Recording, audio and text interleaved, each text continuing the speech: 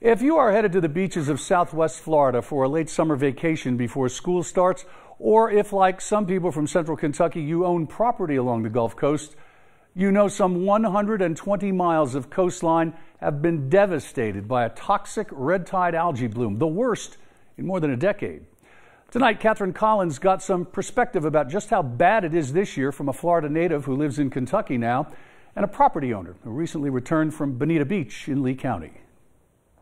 Kevin, Stacy Pota was born and raised in Sarasota County, and she lives in Carlisle now.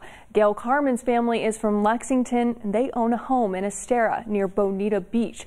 Both are stunned and saddened by what's become an environmental catastrophe.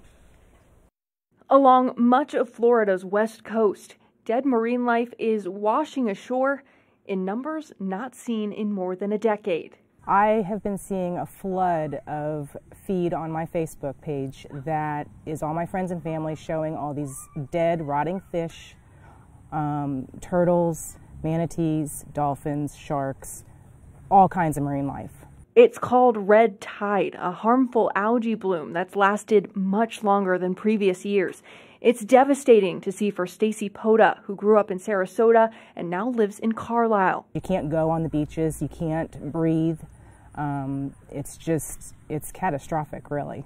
And it's shocking for visitors. Wasn't even thinking about it when we went down to visit, and when I showed up at the beach, the attendant told us what was going on, and while talking with him, I started coughing and my eyes were burning, and he said that is exactly what the red tide brings on, these respiratory issues. Gail Carmen just returned to Lexington after visiting her home near Bonita Springs, Florida.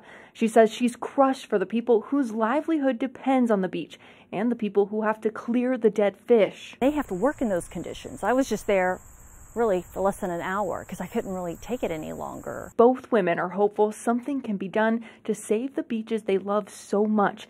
But the bloom that started after Hurricane Irma and was fueled by water dumps from Lake Okeechobee gets worse with each passing day. We also spoke with Zach Fisher, a realtor from Captiva, who comes from a family of fishing guys. He described what's happening as a take-no-prisoners collapse of the ecosystem, one in which there's nothing alive in the water and that continues to feed the red tide with no end in sight.